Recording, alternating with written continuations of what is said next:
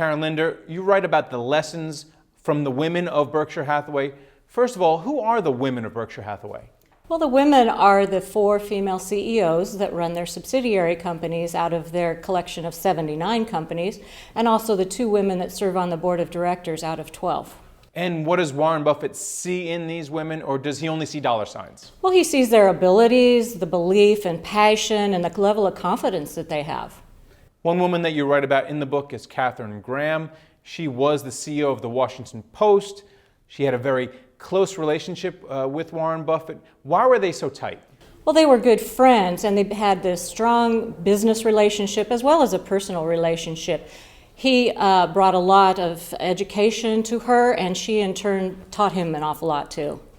Susan Decker, you also write about in the book. Now, she comes from a tech background, former CEO of Yahoo. Did she introduce Warren to tech? Because he hasn't been known as a strong technology investor, although he's been getting into it recently, adding stocks like Intel to his portfolio. Well, she added to his knowledge of tech, but he'd been in connection with Bill Gates prior to that and Charlotte Guyman with Microsoft. What she brings is this Wall Street analyst that she was even before going to Yahoo. So she can look at all their subsidiary companies in a real analytic way and bring a lot of knowledge to the board. You mentioned Charlotte Guyman from Microsoft.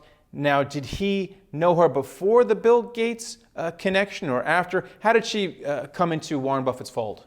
Well, she became friends with Warren Buffett through Bill Gates, and they were friends for several years before he invited her to the board. And she was actually invited onto the board before Bill Gates was.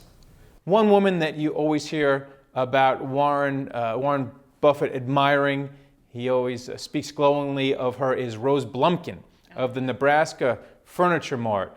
Tell me about his relationship with Rose. Well, Rose was a legend in Omaha, and so he was aware of the store. The store was successful for many years. Rose started it in 1937, and so they had known each other personally for many years. He had made an offer to buy the business 10 years prior, and she turned it down. She said he was too cheap. So he eventually was able to acquire 90% of the Nebraska Furniture Mart.